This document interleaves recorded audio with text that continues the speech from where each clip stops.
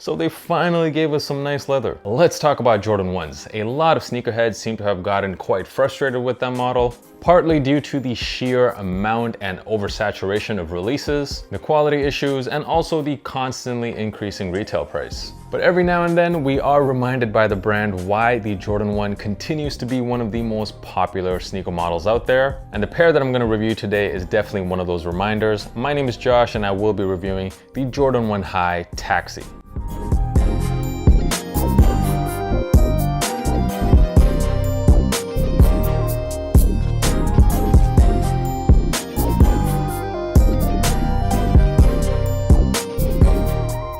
So what's good, guys, and welcome back to the channel, and shout out to each and every one of you for supporting the channel. Quickly getting this out the way, if you haven't already subbed, make sure you sub because I'm dropping at least 3 videos a week. Also check out the best sneaker podcast out there, the Kickback Sneaker Pod, available on Spotify, Apple Music. The link is in the description. And check me out on TikTok and Instagram as well, dropping a lot of content there too. So here we go, the much anticipated Jordan 1 Taxi. They're also being called the Yellow Toes. When Jordan Brand did their fall preview, these clearly looked to me like the standout sneakers from this fall. I knew I wanted a pair, and earlier this week was actually Sneakers Day here in Europe, and this pair actually shock dropped on Sneakers Day. That's how I was able to get a pair. The official release date for these in Europe is August the 13th, and if you live in North America, these have gotten pushed back all the way to September 24th. That is the official release date. One observation I had about the shoe was the retail price. The price is 180 euros. It will be 180 US dollars as well. Last year, they raised the price to 170, and now just 1 year later, the price has already increased to 180, which is about a 6% per year price increase, which is actually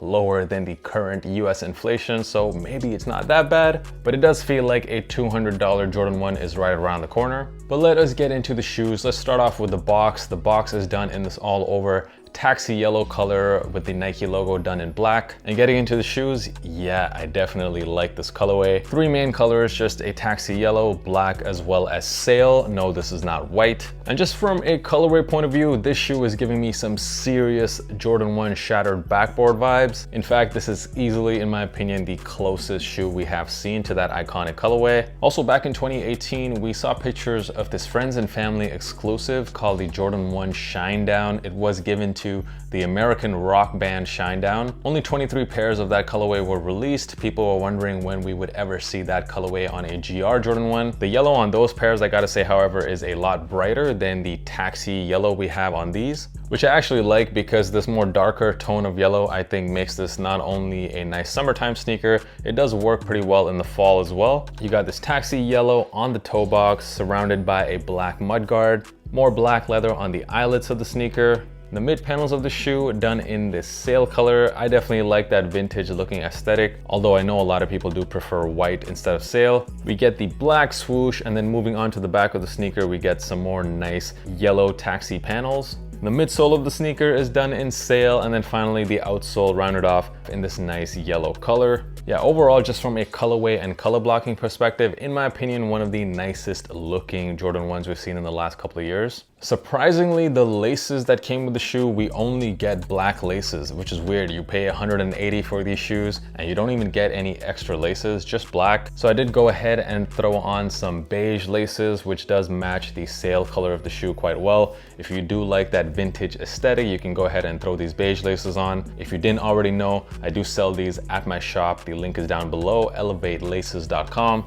We do ship worldwide for a very affordable price. If that is something you're looking for, make sure you cop using the links down below. Moving on to the quality of the sneaker, that is the question on everyone's mind. Did they get the quality right this time? I'm happy to say yes, emphatically yes. You get some very nice and smooth leather all over the upper. You can see that nice tumble leather, especially on the mid panels. This year, I would say, besides the Georgetowns maybe, these are probably the best quality Jordan 1s this year. I know everyone wants to know, how do these compare with the shattered backboards? To be honest, I've never owned that pair, I've never touched that pair, so I honestly wouldn't know. But if I were to give it a score, I would say this is a strong 8.5. The shoe also makes me realize just how good Jordan Brand can make the leather if they wanted to. I got a whole rant about this at the end of this video, so just stick around for that. When it comes to sizing, well, the good thing about Jordan Brand is they might not get the leather consistent every time, but at least the sizing is. Because I fit the same in all Jordan 1s, for me that is true to size. I got this pair in my true size and it fits me perfect. So I recommend going with your normal Jordan 1 size. I fit the same in Jordan 1s as I do Nike Dunks or Nike Air Max 1s. Looking at what these are going for on the resale market right now, well, I am pretty shocked with these prices because at the time of filming this video, these haven't even officially released in Europe yet. They're more than 2 months away from releasing in the US, and the prices on these are very, very low right now.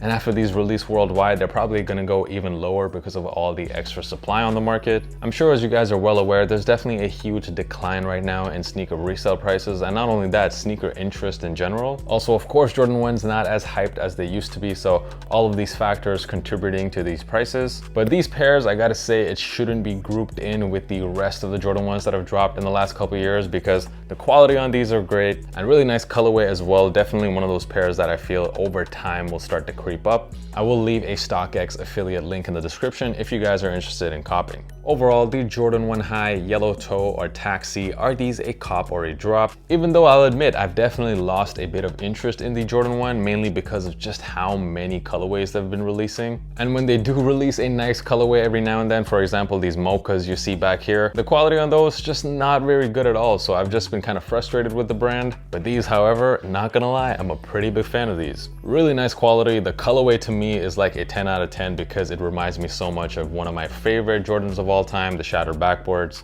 And perhaps the best part, they're not really reselling for a whole lot, so you're getting a really nice shoe for a pretty affordable price. So in my opinion, definitely the Jordan 1 Yellow Toe, these are a major cop. If you made it to this far in the video, you are amazing. Let's move on to the group chat.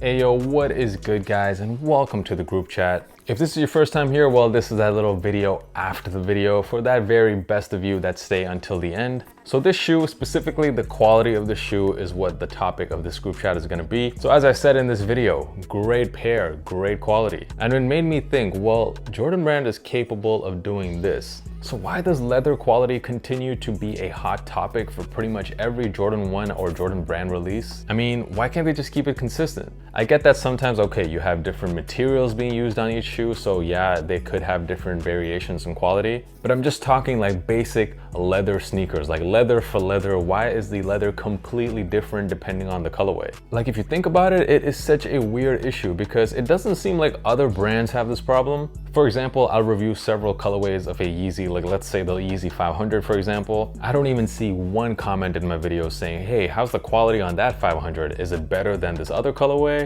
No, nobody asked that because there's just an expectation there. Different colorways of the same shoe should all feel the same. Nobody's like, yo, how's the quality of that New Balance Rain Cloud pair? Is it different than the Phantoms? You know what I'm saying? It's like, why is it that every time there's a new Jordan 1, everyone just wants to know, yo, how is the quality on those? I mean, shout out to Jordan Brand, it's obviously good for views, but it is kind of frustrating as a sneakerhead. Like, why is this even a thing? Let me know your thoughts down in the comments. Why do you think the quality is so different from Jordan to Jordan? And I'm talking just the same type of materials like leather. You got some theories? Let us know down in the comments. And thank you once again for supporting this channel. I will catch you guys on the next one. Peace.